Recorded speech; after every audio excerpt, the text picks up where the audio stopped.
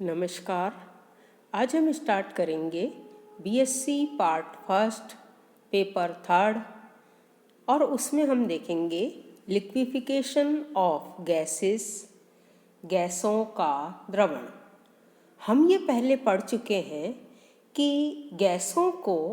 हम उच्च दाब लगाकर या निम्न ताप पर हम उनको द्रवित कर सकते हैं। साइंटिस्ट एंड्रूज ने फिर बाद में ये बताया कि क्रांतिक ताप या उससे कम ताप पर हम गैस को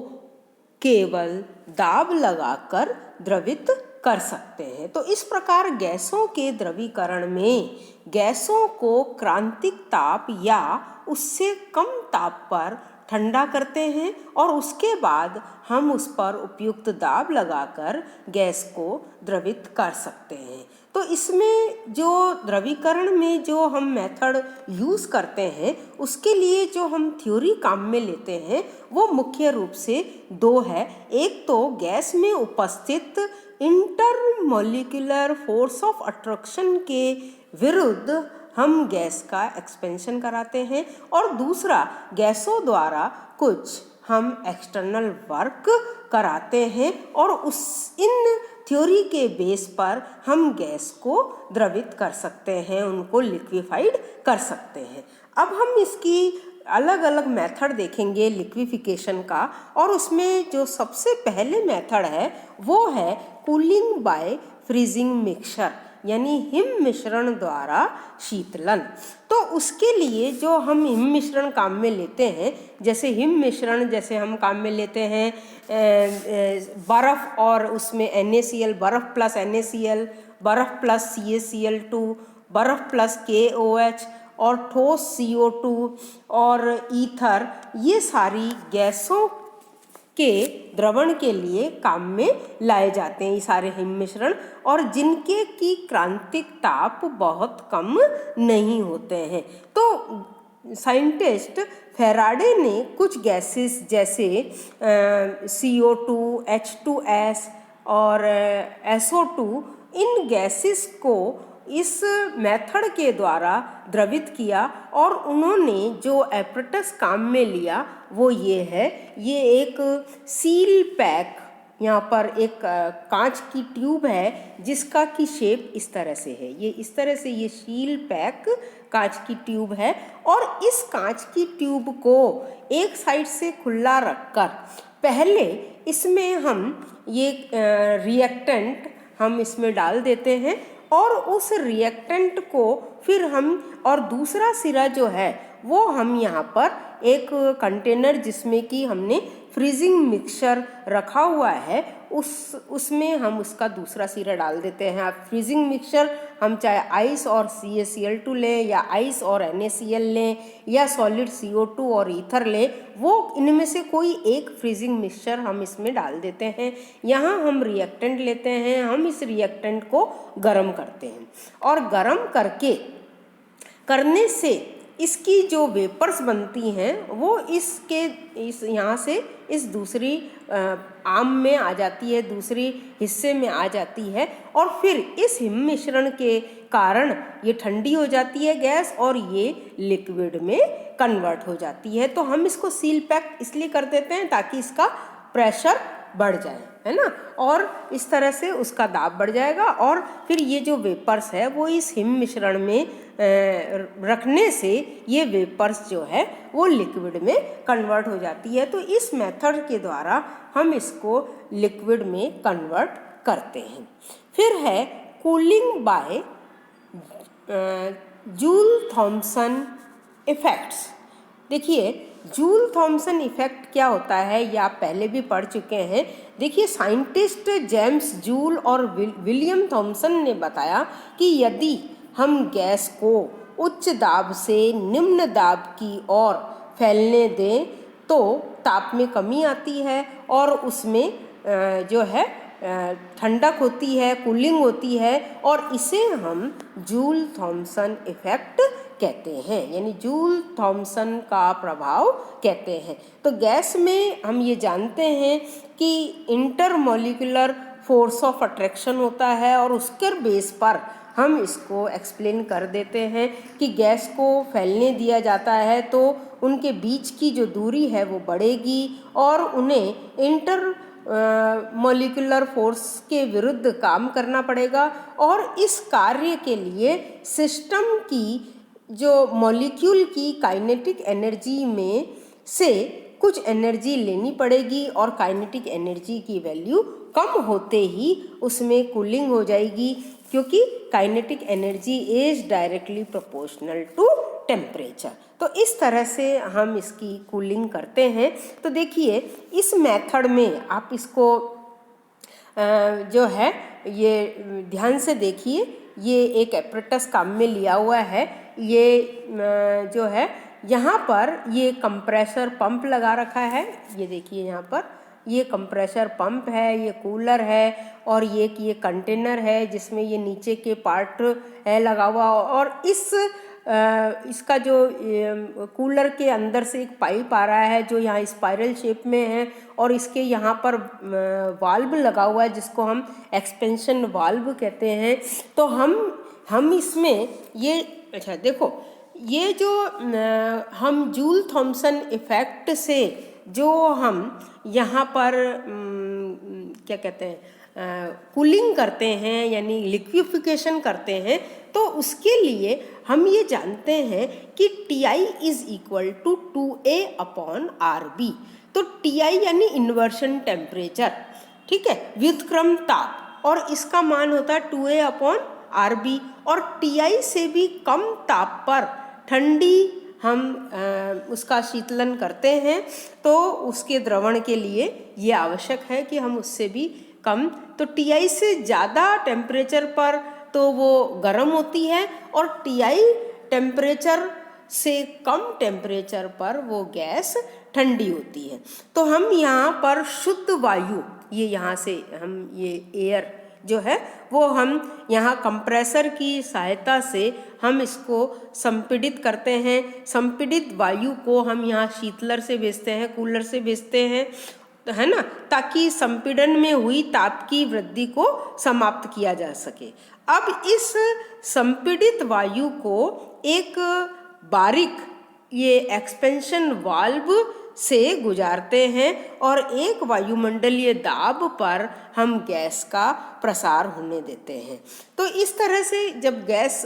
का प्रसार होता है और इस तरह से ये जूल थॉम्सन के प्रभाव से ये वायु ठंडी हो जाती है और ये ठंडी वायु जो है वो अन्य नलियों को ठंडी करते हुए वापस इस कंप्रेसर में चली जाती है। तो एक बार हमने यहाँ से वायु भेजी, वायु कंप्रेसर पंप से फिर यहाँ कूलर में आई, यहाँ से ठंडी होकर फिर ये स्पाइरल वाल्व से एक्सपेंशन वाल्व से हमने इसका एक्सपेंड कराया और फिर ये वापस ये हम वायु को इसमें भेज देते हैं। तो ये हम प्रोसेस रोटेट करते रहते हैं और उससे उसके ताप में कमी आ जाती है और एक समय ऐसा आता है कि ये जो है ये लिक्विड में कन्वर्ट हो जाती है और ये जो लिक्विड है वो यहाँ नीचे इकट्ठा होता जाता है। फिर यहाँ पर एक वाल्व लगा होता है, उस वाल्व को खोलकर इस लिक्विड एयर को हम इकट्ठा कर लेते हैं। तो इस तरह से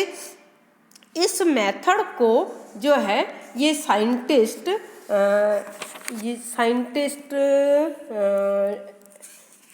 ने इसको दिया है जिसको उसके नाम से जाना जाता है और ये मेथड कहलाता है लैंडेस एपरेटस है। ये लैंडेस मेथड भी कहलाता है क्योंकि ये वाला जो एपरेटस है ये साइंटिस्ट लैंडे ने यूज़ किया है, इसलिए इसको लैंडेस एपरेटस भी कहा जाता है। अब इसका जो अगला मेथड आता है वो है cooling bye adiabatic expansion of gases doing external work, यानी जो गैसों के रुद्रोष प्रसार से किए गए बाह्य कार्य के द्वारा शीतलन। तो देखिए ये वाला प्रोसेस है उसके लिए, और उसमें जब संपीड़ित गैस को हम रुद्रोष्म परिस्थिति में यानी एडियाबैटिक कंडीशन में किसी परिरोधी दाब के विरुद्ध प्रसार होने दिया जाता है तो वह गैस कुछ एक्सटर्नल वर्क करती है और उस एडियाबैटिक स्टेट में चूंकि ऊष्मा का विनिमय संभव नहीं है, अतः बाह्य कार्य में गैस के अणुओं की आंतरिक ऊर्जा व्यय होती है। यानी इंटरनल एनर्जी जब खर्च होगी तो फिर उसके कारण उनके टेम्परेचर में कमी आ जाती है, उसका टेम्परेचर कम हो जाता है। तो ये जो इसने साइंटिस्ट क्लॉड ने ये जो मेथड यूज़ किया, उसने जूल थॉमसन इफेक्ट का जो मेथड है उसको काम में लेते हुए इसमें थोड़ा सा चेंज किया है और उसने ये कहा कि यहाँ पर जूल थॉमसन प्रभाव तो हो गई, साथ में यहाँ पर उस गैस को और भी एक्सटर्नल वर्क करने होते हैं जिसके कारण से फिर उसका टेम्परेचर और कम हो जाता है। तो यहाँ पर भी देखिए, यहाँ पर हमने एयर भेजी,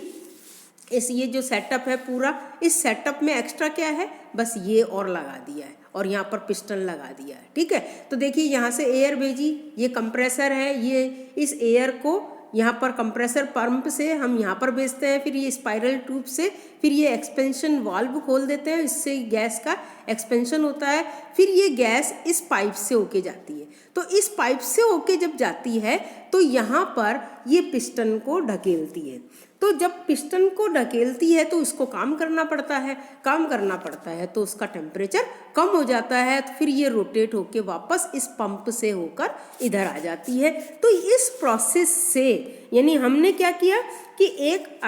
एक अतिरिक्त कार्य और करा दिया और इसके कारण गैस ठंडी हो जाती है, ठंडी होकर वापस कंप्रेसर में चली जाती है, फिर रोटेट होके जाती है। तो इस तरह से इस वायु का ताप कम होता जाता है और फिर उसके बाद उस वायु का द्रवण प्रारंभ हो जाता है, द्रवित वायु यहाँ इकट्ठी हो जाती है जिसको हम किसी कंटेनर में इकट्ठा कर लेते हैं। तो इस तरह से इस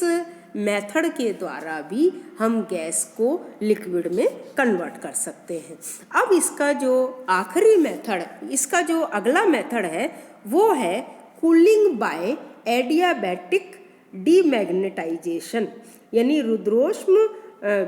विचुंबकन द्वारा शीतलन। तो यहाँ पर जो ये शीतलन की प्रक्रिया दी है, ये साइंटिस्ट जियोक और डिबाई ने इस प्रक्रिया का यूज़ किया। हालांकि इसमें जो गैस का द्रवण नहीं किया जा सकता है, लेकिन इसका जो यूज़ है वो निम्न ताप करने के लिए किया जाता है। तो यहाँ पर इस तकनीक में हम पैरामैग्नेटिक सॉल्ट जैसे